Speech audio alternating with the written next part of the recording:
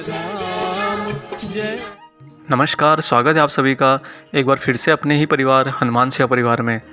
आशा करते हैं कि महाराज जी और हनुमान जी आप सभी पर असीम कृपा बनाए रखें और आप सभी को एक सफल और सुखमय जीवन वरदान करें।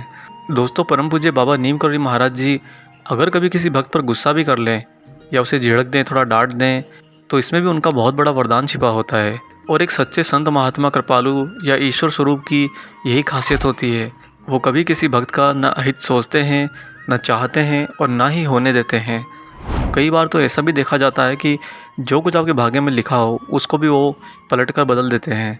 पहली बात तो मनुष्य का ये परम कर्तव्य है कि कभी भी किसी महात्मा संत को क्रोधित ना करें या उनके सामने कुछ ऐसी जिद ना करें जिनसे उनको हमारे पे क्रोध की भाव प्रकट करने पड़े। बहुत से लोग हमें पूछते हैं कि महाराज जी की पूजा अर्चना किस तरह करें कि वो हमारे से बहुत प्रसन्न हो जाएं और हमें आशीर्वाद दे दें। देखिए, अगर ऐसा प्रश्न है आपके जहन में तो ये कोरा सिर्फ स्वार्थ है, इससे ज़्यादा कुछ नहीं।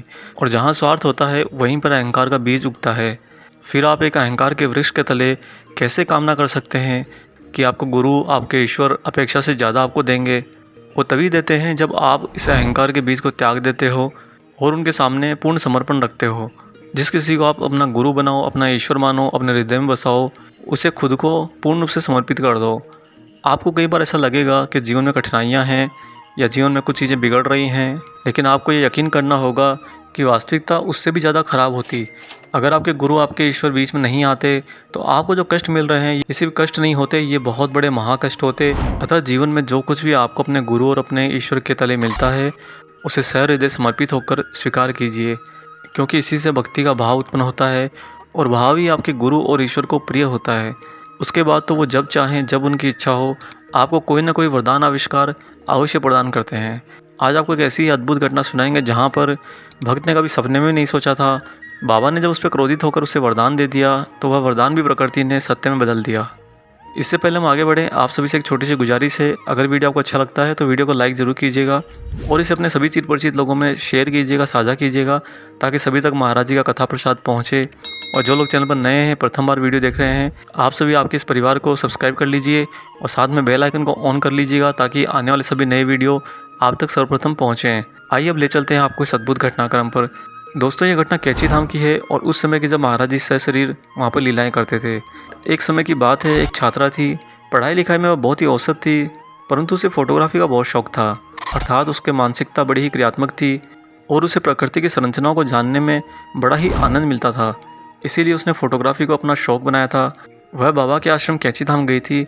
उसकी इच्छा थी कि वहाँ पर अगर महाराज जी मिल जाएँ तो बाबा के दर्शन भी हो जाएंगे और महाराज जी की आज्ञा देकर उनकी फ़ोटो ज़रूर खींचेगी।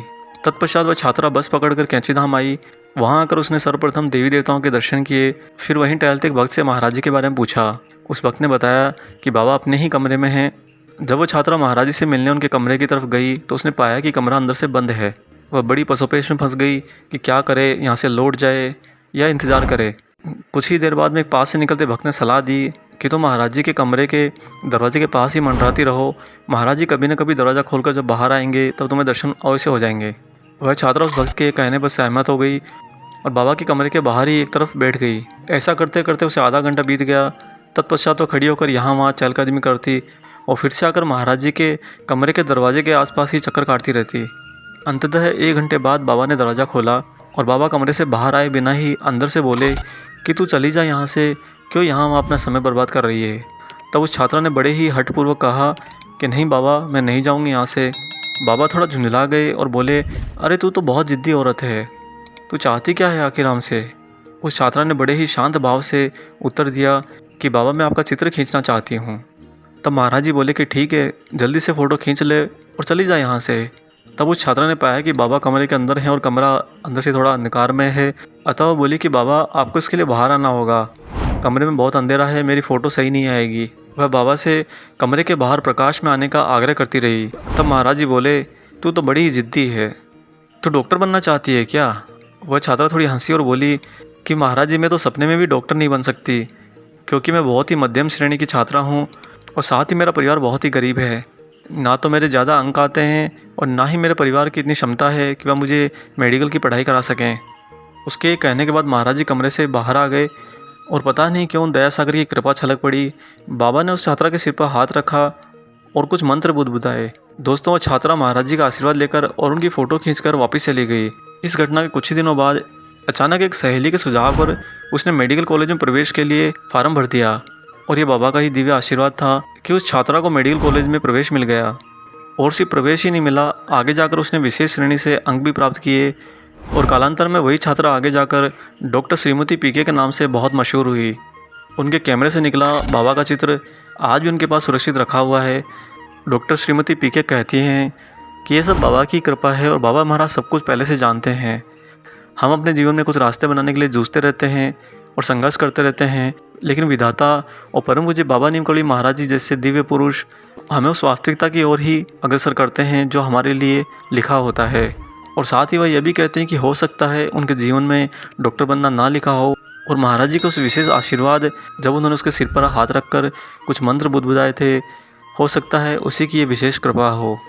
दोस्तों, इसलिए आपको वीडियो के आरंभ में बताया था कि अगर आपके गुरु, आपके ईश्वर आप पर थोड़ा क्रोध भी करते हैं तो उससे नाराज़ मत होइए, क्योंकि उनके क्रोध में भी आपके लिए बड़ा वरदान छिपा होता है।